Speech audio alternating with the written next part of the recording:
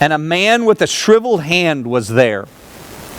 Some of them were looking for a reason to accuse Jesus, so they watched him closely to see if he would heal on the Sabbath. Jesus said to the man with the shriveled hand, "Stand up in front of everyone." Then Jesus asked them, "Which is lawful on the Sabbath, to do good or to do evil, to save life or to kill?" But they remained silent. He looked around at them in anger and, deeply distressed at their stubborn hearts, said to the man, "Stretch out your hand." He stretched it out, and his hand was completely restored. Then the Pharisees went out and began to plot with the Herodians how they might kill Jesus.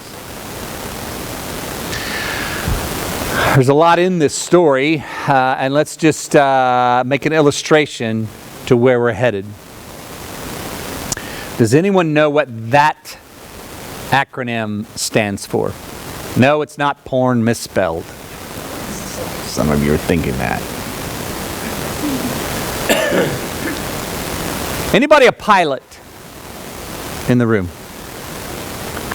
Well, we're going to learn about aircraft. You think you know what it is? Very good. Point of no return. There are smart students. So, point of no return. It is the point in the flight of an aircraft beyond which the remaining fuel is insufficient. So an aircraft has so many miles worth of fuel, they get to a point in their journey that they've used half. And if for some reason they had to turn around to go to the airport from which they took off, they can't make it. They don't have enough fuel. So they have to go forward. It's only going forward. Is an aeronautical, mathematical calculation. If you're a pilot, you got to know when that is, and you got to know where you are. If you have engine trouble, you got to know, do I go this way or do I go this way? Because you get to a point where you can't go back. You don't have enough fuel. Okay? So, point of no return. It's also the same phrase. It's the critical point at which turning back or reversal is not possible. Now, not an aeronautical situation, but just a situation in our life. Okay? If you keep going, you can't go back. Okay? This is an artist by the name of Tatiana Drews. When I did the Google search, this is a picture of a man and a woman. It's almost risque, but it's not. They're on a diving board in their swimming clothes, and they are holding each other, and he leans backwards. And you get to a point where you're committed, and you're in the water. At the early service, my grandson Gideon was here, and Gideon is barely starting to crawl. He's done the army crawl for a while, and he is now kind of up on his knees, just barely trying to do the thing, and he loves Poppy's phone. So I sat him on the top step, and I laid my phone down here. And he started crawling and got to... You would get to a point, anytime you fall, you get to a point that you can't recover. And it was kind of like one of those moments with Gideon. It's like, that's our life. That's what's happened in this story with Jesus and the actors in this story. And not only Jesus, but the others also. So let's break this apart. Who's in this story? Now, we've just read it, but Jesus is in the story. The Bible refers to twice the other people as them or they, but they're the Pharisees. And then it's the man. Now, we don't know his name, but these are the three characters in this play, in this story. Each of them get to a point of no return. Okay? So, let's dig through it. Here's verse 1. Another time, Jesus went into the synagogue. So, this has happened before. This is Jesus' pattern. We think this is Capernaum, but when it comes to be the Sabbath, where is Jesus? He's in the synagogue. So, in this town, it's happening again.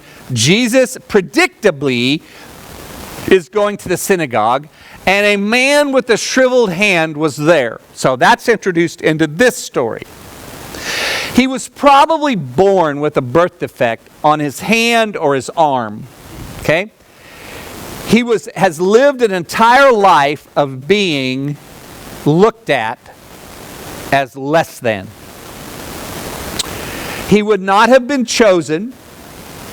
He would not have been elevated. He would have been always looked at as something wrong with him. Either, and in many of the Pharisaical traditions through the centuries, they would have looked at him that he did something wrong for God to curse him that way. Or, if it wasn't him, his parents or his parents' parents, to the third generation. Regardless, he's there. Jesus knows he's there, and probably the other people know he's there. They don't like him being there. He's a black sheep. He's kind of a looked down on because obviously you did something wrong. You're not quite good enough. You just don't measure up. He probably came to the synagogue that day with a cloak of some type, probably hiding his arm or his hand. But they're both there. Also there were them. Some of them. Some of those religious people.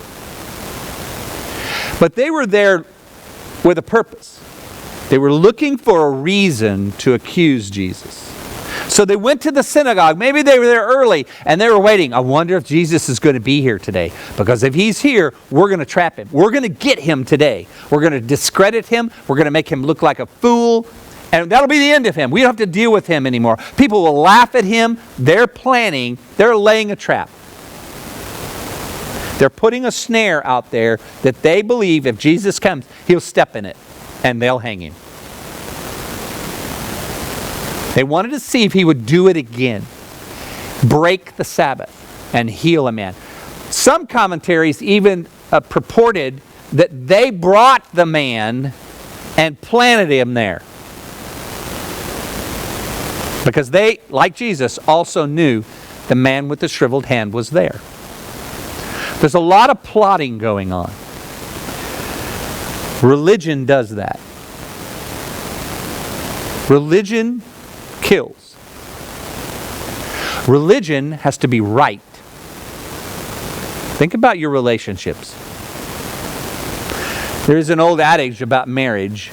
Those of you guys that are married, you ever heard this, thought this, your buddy ever told you this? Do you want to be right or do you want to be happy? Aren't there situations where we lose sight, if we're disagreeing with someone, we lose sight of truly understanding them and communicating with them, listening to them, because all we're worried about is being right and winning. Winning. That's what's happened. They just wanted to be right, and they wanted to beat Jesus. That's religion. God in the flesh is standing in front of them, and they want to win an argument. Jesus asked them, wait a minute, we missed a verse. Sorry. They watched him. Where's verse 3?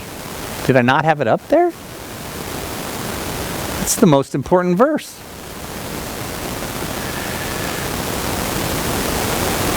That didn't happen in the first service. He calls the man, stand up in front of everyone. Now think about it. Jill, if I were to ask you to come and stand up in front of everyone,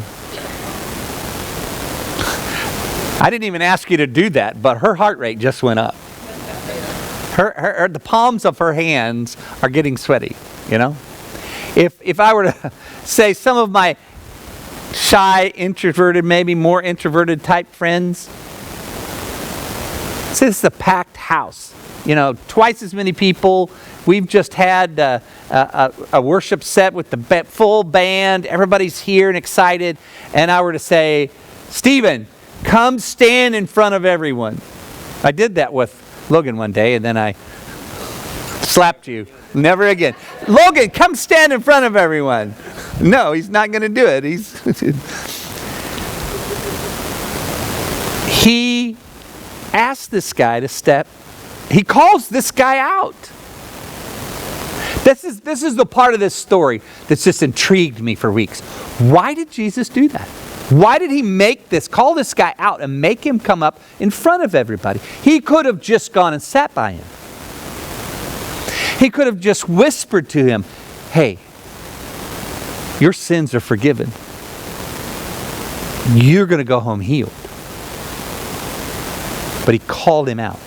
Well, when he did that, skip to verse 4. He called him out, the man standing up there, and then he says to the Pharisees, which is lawful? To do good or to do evil? To heal or to kill?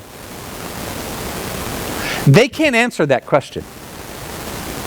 Either answer, the snare has switched from being around Jesus' foot caught in a trap to them. If they say, it is lawful to do evil on the Sabbath, they can't say that. But if they say, it is lawful to do good on the Sabbath, they know they can't say that either, because Jesus is getting ready to do it.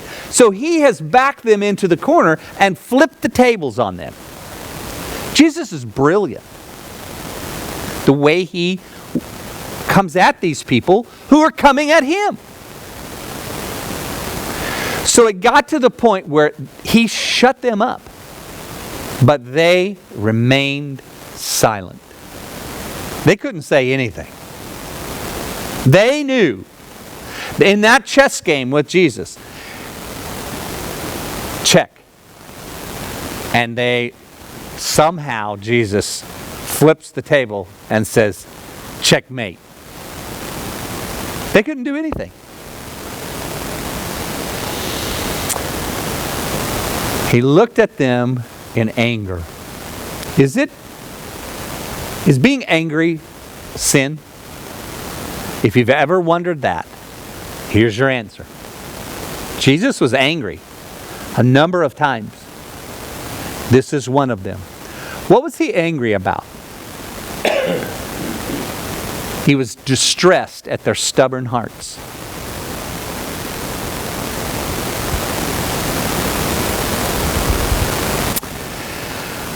And he says to the man, stretch out your hand. And he does.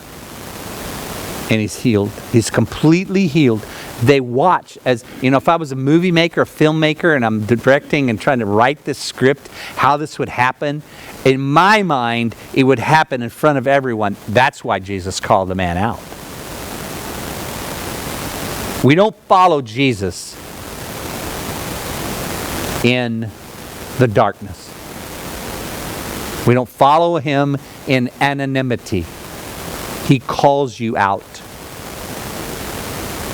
Do your friends know by the way you live that you're a Jesus follower? Or are you still kind of in the crowd with your cloak over your blemishes of your life, not wanting anybody to see you're not perfect? This one gets to me too, because I've wondered after reading this, I wonder if I've ever angered Jesus.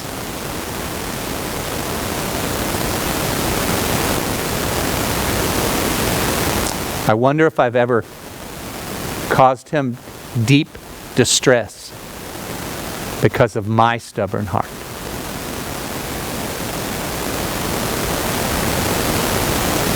He heals this man, and he gets to the point of no return. Because now they're planning not to discredit him, not to embarrass him, not to make fun of him. Now they're going to kill him. They're done with him. They've gotten to the point of no return. And they're done. So the three people in the story are Jesus, the good guy, the Pharisees, the bad guys, and the man, the healed guy. And like a lot of stories in the Bible, you're in the story too. By process of elimination, I'm just going to tell you, you're not Jesus. You're not the good guy in the story of life. I hope you're not the Pharisee. I hope you're not so religious that you're always studying other people to see how you compare with them.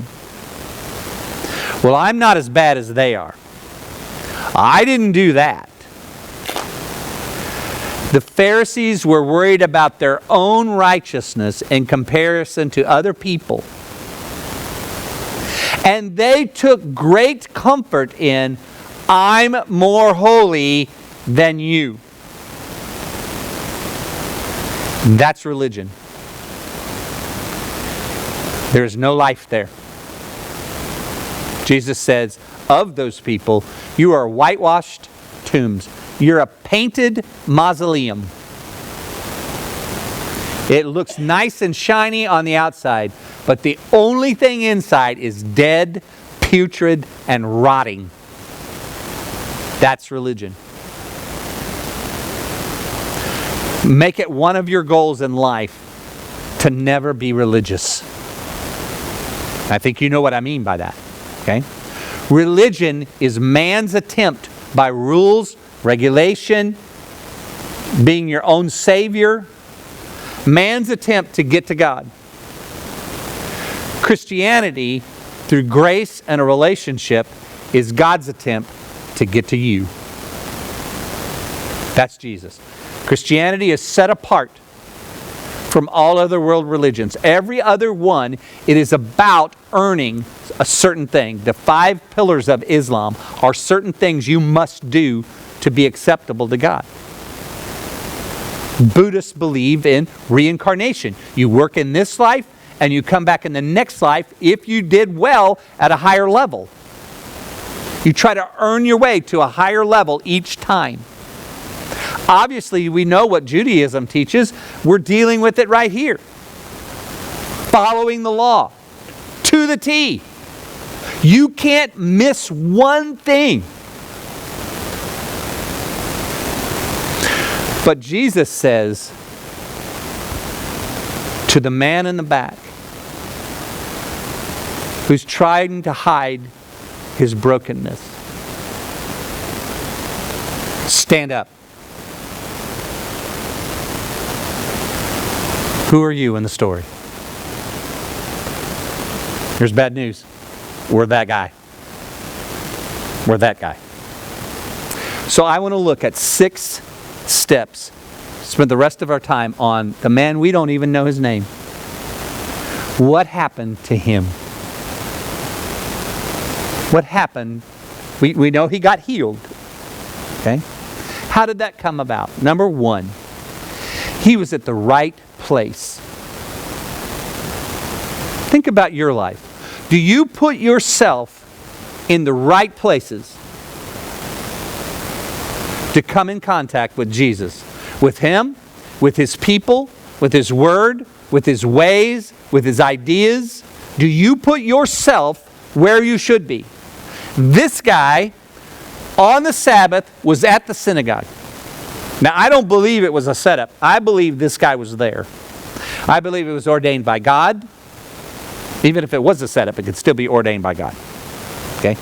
God uses unbelievers all the time. Don't worry about your president. God uses unbelievers all the time. God used Pharaoh. Okay? So, the unbelieving Pharisees, it is not beyond, it's easy. God can use Pharisees to do a miracle. Okay? But He's in the right place. He's where He should be. Think back the last 7 days of your life. Were you where you should be at the right place? How about at the right time? He could have been at the synagogue on Wednesday. It would have been the right time. Sometimes we kind of go halfway. We put ourselves in the right place, but the timing's right. Or sometimes we're at the right place and we get called by God, we get an impression by God, say something to your friend. And we think, not now, now ain't the right time for me. No, I'm not ready. That's the right time. The right place, the right time, the right purpose. The Pharisees were there at the same time, but they had a different purpose. They were out to get Jesus. They were out to win an argument. They were out to prove themselves to be right and righteous. How do we do things? Might be at the right place, the right time, but our heart is wrong. Maybe we want to make somebody else look a little bit less than us. Maybe we want to just make ourselves look better than them. It's your heart. It's your motive. How do you deal with your friends? Are you a person in your friendships or in your family or in your marriage that it's easy for you to say, I'm sorry? Or is it hard to say that? If it's hard to say that, that gives me the idea that part of you at least, and that's what I fight with, part of me is I want to be right. That's Pharisaical. Right place, right time, right purpose, and the right person. He didn't stand up for the Pharisees. He didn't stand up to demand his own rights. You healed this guy last week. What about me? He wasn't playing the victim. He was following and listening to the right person. There's a crowd of people, hundreds, maybe thousands, but he listens to the right one. What voices do you listen to? What values do you listen to? How do you choose? The right place, the right time, the right purpose, and the right person. And the right response. When Jesus said, stand up in front of the crowd, what does Mark say the guy did? Mark doesn't say. It's implied. Because Jesus continues with him. He had a right response. How have you responded to the commitment that God has called you to? There might be a few people here today. God is calling you to your first step of salvation and trusting Him. Maybe you've had a lot of religion. Maybe you've had a lot of church. But over the last few weeks, or maybe even today, is the first time it's ever clicked for you. You now understand the difference between religion and relationship. Between going through the motions and repenting and trusting a person, the person of Jesus. He's calling you out of darkness. And He's leaving, just like this man, you now are at the point of no return. That dude, when Jesus said, stand up in front of everyone, he had a choice to make. He could stay seated, bow his head in shame, and not move. He could turn and run. Some people run from God for a long time before they surrender.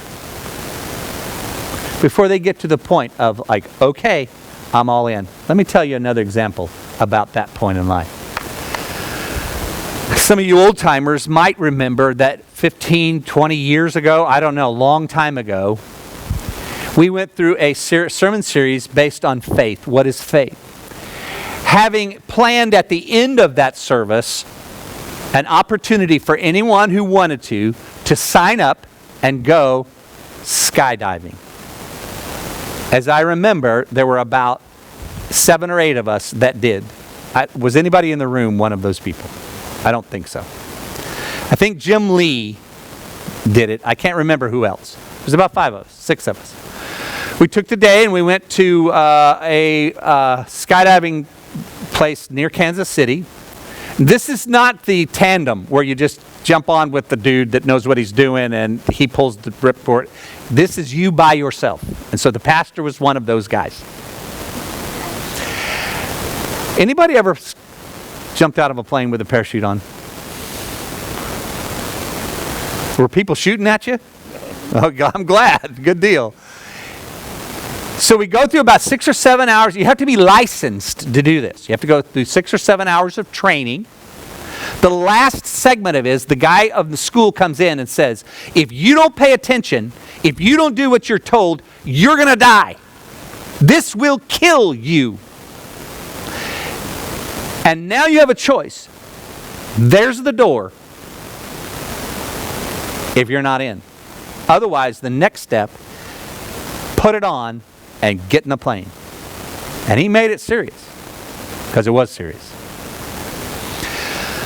Up until all of that point, and it sounded really good about 7 weeks earlier when we started the series. It was all theory then. It was even theory when I'm in the plane and we're taking off for 3,000 feet. I've got the thing on, first chute, reserve chute, trying to remember everything. You don't do it, you're going to die. I didn't tell my mom I was doing it. It was still theory even when we're flying. It was still theory when he slid that door open and said, there you go. Step out of that plane, there's a little step.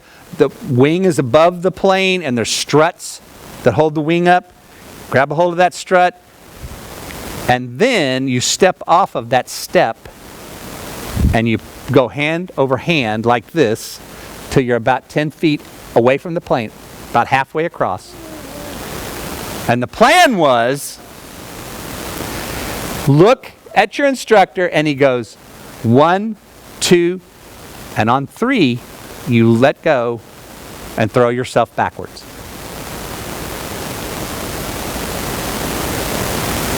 It wasn't theory anymore. It was terrifying. And you get to a place where you're at a point of no return. You're flying through the air at 3,000 feet, and they're not letting you back in. You're committed. Point of no return.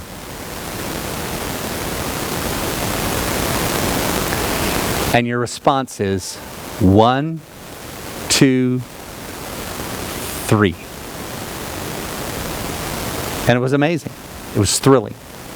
It was an adrenaline high. What was surprising to me is after the plane left and chutes deployed, how quiet it was. It was just quiet. And you could see, for miles.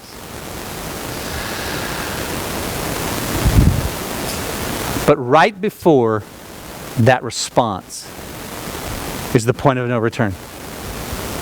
And it's terrifying. When Jesus calls you, sometimes it's a scary thing. Right place, right time, right purpose, right person, right response, we get to the right results. Would this guy have been healed had he not stood up? No. Would this guy have been healed if when Jesus said, stretch out your hand, he didn't? No. Now, is this a formula? No, it's not that either. Because that's what we like to make it.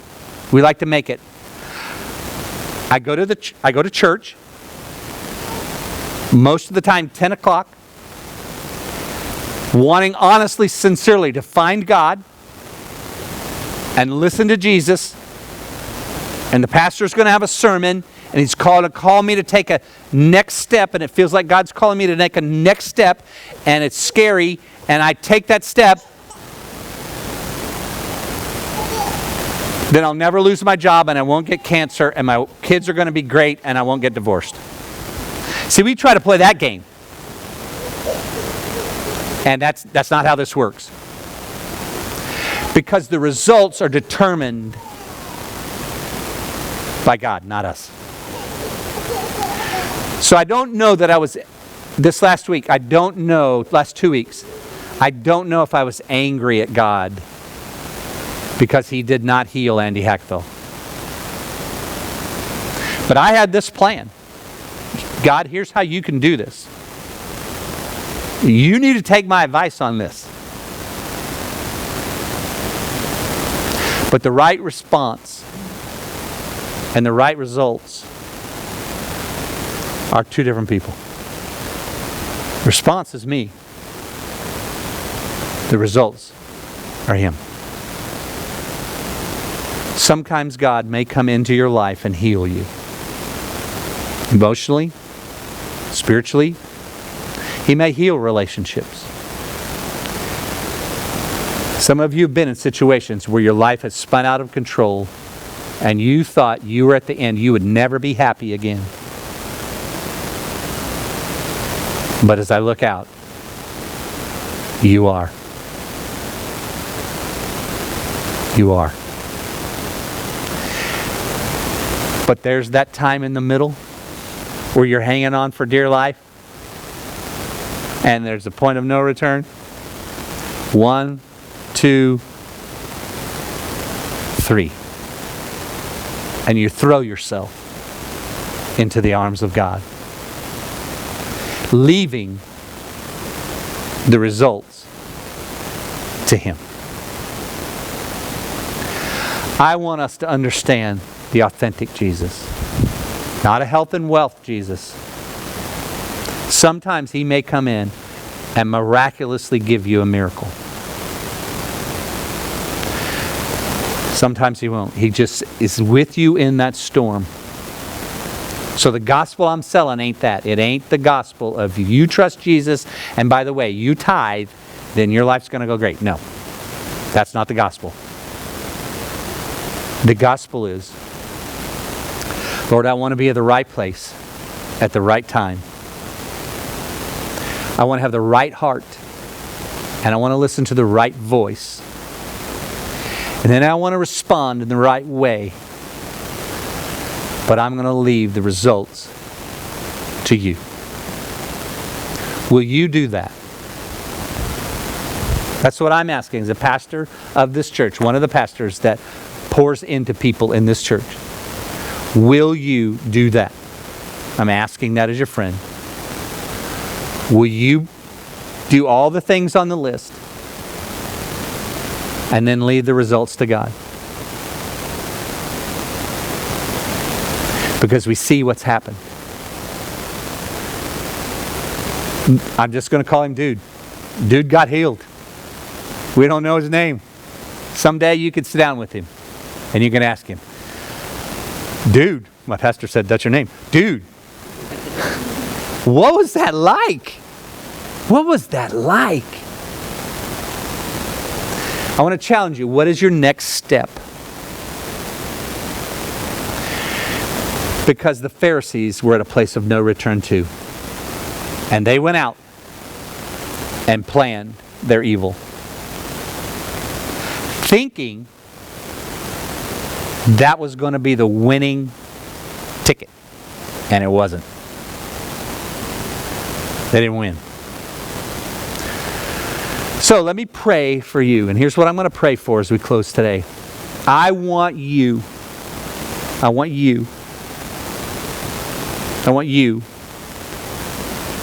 I want every one of us in this room to be at the place of no return. We can't turn back. That's one of the things that when I talk with friends who are fighting addiction and they get to the place where they're clean, how many days clean you got? How many days sober you got? Whatever. It's, you can't go back. You cannot go back. Okay? Whatever it is you're fighting, you can't go back. Okay? That's the whole point. You're now at the point of no return. You don't have enough fuel to go back. If you turn the other way, you're going to crash. The only way forward is following Jesus. In the 1500s, when Hernan Cortez landed on the eastern coast of Mexico with the charge from the Spanish government to conquer Mexico, what they later understood to be Mexico, he and his armies got off those ships. He had them stop on the beach and turn and face their ships. How many of you know this story? You know what he did? As they burned the ships. That's a point of no return. Boys, we're not going back to Spain. And you become fully committed. When you get to the point of no return, 1, 2, 3.